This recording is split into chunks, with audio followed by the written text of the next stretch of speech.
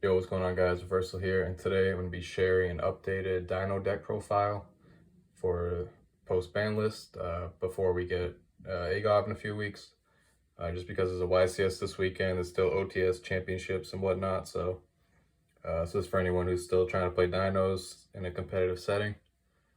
I think this deck's not in the worst spot, but I think my mindset kind of shifted a little bit on how I think it should be played.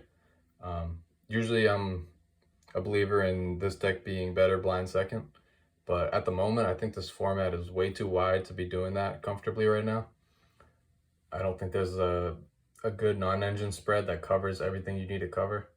So in my opinion, I think game one you should aim to go first, and then post side I think you're definitely well equipped to go second. And that would, if your opponent sees you go first game one, they also have no idea what you're going to do post side, so you going second could really throw them off as well. So it's like same mind games come into play as there usually is with this deck when you're blind second. But it can be a little harder for your opponent to gauge what you're trying to do. But yeah, I think the generic boards we can make going first, like Lars, Dolka, Baron, UCT, whatever, I think they're enough to win the game versus pretty much everything right now. And you're not going to be running into Dark Ruler in the main ever. You probably won't even see it in many side decks because the cards are really not that good right now. So I think going first is okay. Your main enemy going first is your own deck, to be perfectly honest. So as long as you're getting playable hands, and if you have like a above average hand, if you sequence it properly to play around stuff like Ash and whatever when you can, I think you can find success going first with this deck right now for sure. And then post side, you could just do whatever you want based on the given matchup. But I think post side, I would still go second most of the time if it's a deck that you think that you can reasonably go second into, obviously. But yeah, without further ado, I'll just get right into it and we'll talk about it, the choices more as we go along. I'm playing a 42 card deck at the moment. Just kind of landed that way to fit in everything that I wanted to fit in without hurting consistency and being able to see enough cards to help go in second. So it's pretty balanced still. Start off with the 3 Soul Eating Oviraptor, 2 Archosaur, 3 Baby, 2 Petite, 1 Meteorus, 1 Giant Rex, 1 Misk, 1 Frostosaurus, 2 Conductor, and 1 Pink. So something that's a little different here compared to past lists is you can see there's a second Petite in the main deck. I think when you're going first, you want to have a second one in the deck since it helps boost the consistency by a small margin. It's not the huge boost, but it's enough to notice it for sure. When you go second, you can definitely side one of these out. Then another thing I wanted to talk about is Archosaur. A lot of people have been talking about cutting this card to 1, which I don't think is completely unreasonable, but there are definitely going to be times where you're going to miss having the second one. But the percentage chance, if you do only play 1, the percentage of drawing it without a baby or like a prosperity, which you can kind of count as a baby since it's probably going to get you one, is relatively low. But there's still decks like Runic, which I don't think Runic is great, but I think some people will still play it. That could banish your 1 Archosaur, and that would be annoying. Tearlament is a deck again. I don't know how good it is, but I know that it's going to see a lot of play for sure because it's definitely good and it's a fan favorite. So if people can play tier, they're going to play tier. And those mill 5s hit both decks, so you definitely don't want your 1 Archosaur to get milled. So I think you should still play 2. I think post side versus decks that aren't like milling cards off your deck, you can consider siding one out. But for now, I think just playing 2 is correct. So that's it for the monsters. For the spells, Well, this is like all the engine stuff. 3 Prosperity, still the best card in the game. 3 Ground Xeno, 3 Fossil Dig, 1 Terraforming, 3 Lost World, 2 Pill. This is the same stuff that you always see in my list, except I'm playing Terraforming now. Same thing as the second Petite. Just wanted more consistency when going first, since that's this deck's biggest weakness when it goes first. So I want a few extra cards to kind of help with that. And Lost World's just a crazy card in general. Seeing that card going second helps a lot. Seeing it going first can also help a lot. Play through hand traps, and sometimes just giving your opponent a token can really mess them up. In certain decks, they need their boards to be clear, or they need to target stuff. So not being able to do that can definitely be problematic for several decks. Then same thing as the Petite. When you're going second, you can side out the Terraforming, or you can side out one of the Lost Worlds, since Terraforming is technically a thrust target. I don't think you would be searching it with Terraforming, or searching the Terraforming with thrust very often, but it can definitely come up. It's just something to consider, but I don't think you need to keep all 4 of these in going second, since you probably want to be siding more non-engine in when you're going second, since there's not like a ton. There's 10 non-engine slots plus pink. So, and then like Prosperity is kind of a non-engine slot going second, and same thing with Lost World. Like, they can help you go second, but they're not like actual go second cards. And then Ground Xeno, I side out one of these going second pretty often as well. So like the Petite, one of these, and then a Ground Xeno, those are like 3 cards you can pretty much always side out going second, in addition to whatever else isn't good in the matchup. So that's it for the engine stuff. Now for the non-engine, playing 2 Fenrir, 2 Ash Blossom, 2 Imperm, 2 Thrust, 1 Talents, and 1 Herald of the Abyss. It's a lot of 2 ofs, as you can see. I had 3 Fenrir this lineup, and then I was going back and forth with these 2, but I decided to just go 2, 2, and 2, since Fenrir I think is better going first than it is going second, and you don't really ever want to see 2 of them because you just want to search the other one for free. And then same thing with these. They're good, but I don't think they're great. I think Ash is better than Imperm personally, but I think there's a lot of talents running around, so Ash can be a little sketchy sometimes, but there's some decks where you really want Ash in your list, like Labyrinth, Branded, Chimera, etc. So I think I wanted it somewhere. I wanted 3 copies of Ash in my deck. It was originally going to be in the side, but I decided I didn't like Imperm enough to play 3 of it, and then just decided that Fenrir didn't really need to be at 3 either, so I went with this. I think it's fine. And then I'm main decking the Thrust package still, even though it's going first. I think you want it when you're going second, just because it's like the most flexible thing you could be running. And then going first, it's not terrible either, mainly because of Lost World. So like if you give them a token and they activate a monster effect, like say they ash you or whatever, you can thrust for anything.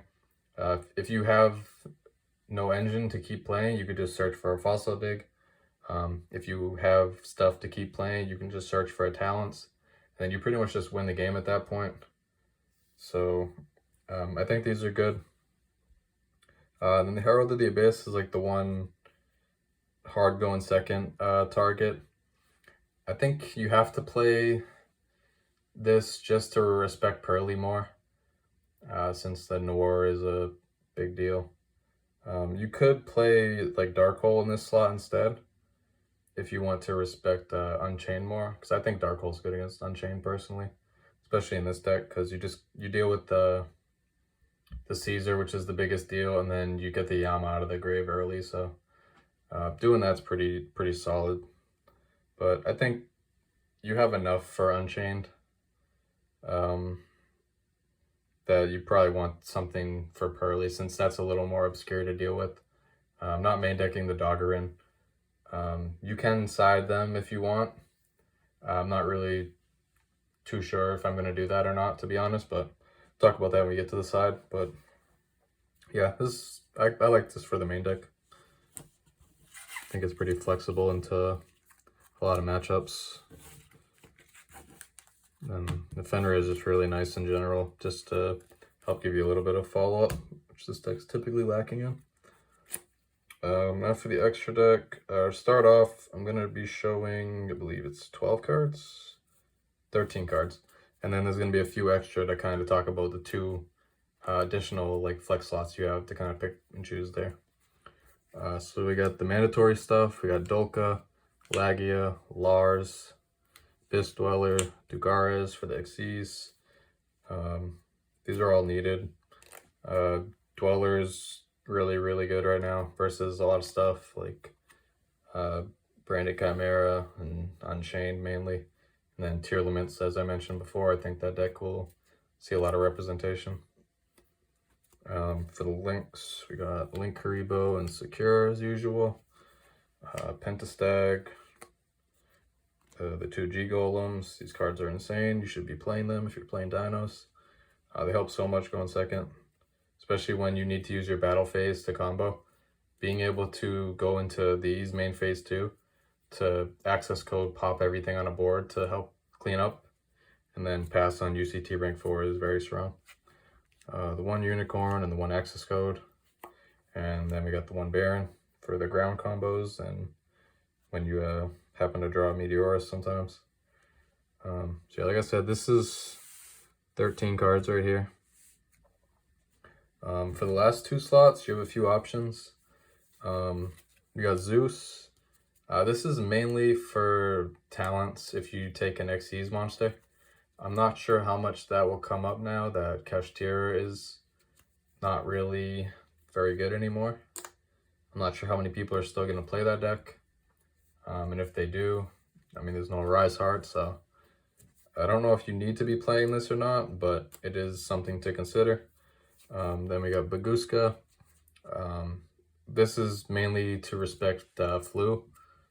So like if they shifter you, you can OV, send a Rex, make this, and then they kind of just can't do anything if they don't have a non-engine out to this. Which is not like they're going to be playing like Book of Moons probably because they can use that to dodge stuff in general. And then they might be playing like some kind of board breaker. So I don't love Baguska, but it's an option for sure.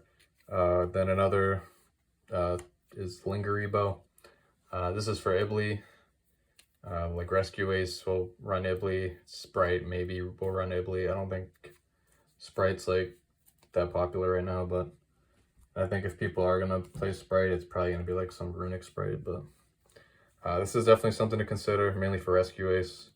But I think that's more of a post Age of Overlord thing. I don't think that deck's that popular right now, but it's definitely something to consider. You don't want to just lose to a random Ibly. Then we got Nightmare Phoenix. This card's just always nice, just being able to pop a back row while you're link climbing. Kind of clear the way for the rest of your plays. This is probably the one that comes up more than the other ones. And the last one would be like an Appaloosa. I don't think this needs to be played anymore. Just because going first, you're not going to ever do the G-Golem combo anymore. And occasionally, it's nice to be able to go into going second. If you got to UCT, clear everything in the battle phase, and for some reason couldn't end on other stuff, but I feel like that never really happens going second. So yeah, I don't think Appaloosa is necessary. The only time this would really come up is if you sided the vanilla out when you thought you were going to be going second and your opponent made you go first. So if that happened, you would definitely miss this card. But you can avoid that by just choosing not to side out the vanilla ever. So if you're somebody that likes to side out the vanilla when you think you're going second, I would play Appaloosa just to be safe. But if you always keep the vanilla in, you don't need to play this. So if I had to pick 2 out of here, it depends what you want to respect, really. If you think there's going to be a lot of Flu, you should probably be playing Baguska. If you think there's going to be a ton of Rescue Ace, you should be playing Linkuriboh. If you just want to play the generic stuff, play Zeus and Phoenix. But this part's like a meta call. I can't really decide that for you. It's wherever you're going to be playing, you just kind of have to make an educated guess. But I would expect to see a decent amount of Flu right now, just because it has a really good Unchained matchup. So maybe like Phoenix Baguska is probably the best. Or just Baguska Lingarivo if you want to disrespect both of them and just give up the extra flexibility. But either way, I think it's fine. The extra decks, like, those slots aren't like super important. Now for the side deck, we got the third Ash, just because there's some decks you really want Ash verse, like Branded, Labyrinth, whatnot. It's just always a good card you can side in when you're going first or second versus pretty much everything. 3 Droll. I think this card's probably necessary to at least side again, just because it's good versus Flu if they don't open Shifter. It's very good versus the current iterations of Tier. And then it's just good versus all the degenerate combo decks that are probably going to start seeing play again since Horizon was banned. Whether or not you think those decks are very good or not, I don't think they're that good personally. But those decks can FTK you, and they will FTK you if you give them the opportunity. So I feel like you have to play Droll just to have it. 3 Eclipse. I think this card is still really good even without Arise in the format. It's obviously very good versus Pearly if they don't Ash it. It's pretty good versus Tier and Flu as well. It's not bad versus Unchained since it deals with the Caesar. And then going first, this card is pretty good as well. It's not something that you're gonna like shotgun if you have a board, but say you got hand trapped and end on nothing, you could just set the Eclipse and that might get you to next turn. If you have a board and they somehow manage to deal with it, they're not gonna be able to play through a set Eclipse on top of it. So this card's very nice, in my opinion. Still, it's a quick play, so it doesn't care about anti-spell either, which is nice. Yeah, I think Eclipse is very strong still. I think if you want something that's a little more... well, I'll talk about that in a second, actually. So let me get back row hate, 2 Storms, Duster. I think these are better than Cosmics, personally. You got the 1 Dark Hole for Thrust Target. I think Dark Hole's pretty good right now. Like I mentioned before, I think it's a pretty good card versus Unchained. And then pretty good versus Flu and some other random stuff as well, so... I feel like having 1 as a thrust target is fine. And then we got the 1 call by just for going first and then going second versus some decks. I think Math Mech will be slightly more popular now. Just because it's a solid deck that was being gatekept by Rise Heart and Bystials, and Dragon Link got hit, Magnum was to 1, and Horizon is gone, so I feel like that deck will pop up more. And then it's just good going second still against like Branded and whatnot as well. And going first, as you can see, I'm siding Droll and Ash, and I think a lot of people will be doing the same thing.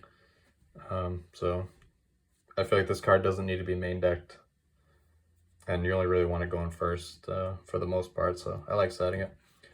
And then for the last slot, it's probably just going to be DD Crows or Druid Swarm. I kind of think I prefer DD Crows just because they're a little more flexible into more matchups since it can hit Pearly. And in my opinion, I think Crow is better versus Unchained just because you could hit the Shyama every time without them being able to play around it really. Because like the Druid Swarm is good mainly because they have to go very neg to out it, but they can always choose to make the Caesar before putting Yama in the grave. So your Bystial will be dead anyway. So I don't know how good this card is if your Unchained opponent is respecting it, but it is pretty good. Both of these are good versus Tier, obviously. So I think that matchup you have a lot of stuff for, which is cool. So that matchup can be very annoying. So yeah, I would go with one of these. Kind of your call, I guess. But some other cards. If you opt to play the Druid Swarms, maybe you want to make space for a Magnamute as well. Just for the decks like Tier and Branded where you want to see this one more than this one. But this one, the Druistorm's mainly just because you don't really care to see this against Unchained. You just want to see the Druistorm, really. But yeah, I don't know what I would take out to fit this in, honestly. I don't want to take out any of these. So if anything, you could just like play 2 and 1. But then we got the Doggerins. Same thing. I feel like siding one of these is pointless. But if you want to like side 2, you can for something else. This is mainly for Pearly. So, but at that point, you're already letting them draw 4 cards. So I don't even think it's that great because they're probably going to draw an Ash Blossom. So I don't really love Kaijus right now, but they're okay. But yeah, this is probably what I would go with personally up here. Another card you can consider is XYZ Encore, mainly for Pearly, since that's like one of the cleanest cards you can use against them. And the other thing is Dweller, since Dweller obviously hurts this deck a lot, and Dweller's going to be seeing play in random decks for Unchained. My only issue with that card when it comes to Dweller is there's some decks that you don't know if they're going to make a Dweller or not. So you could side in that card and then they could just end up not making Dweller. And then you just have a shitty card in your hand. So I think this format's a little too wide to be using XYZ Encore. Personally, at least for my list. I think if you're playing a blind second list, you can probably get away with siding it. But for me, I think it's a little too narrow for my liking right now. I'd rather just play the Eclipses. Yeah, that's it for the deck. Let me know if you're still playing Dinos and how it's been going for you. All that good stuff. Don't forget to like and subscribe. Peace.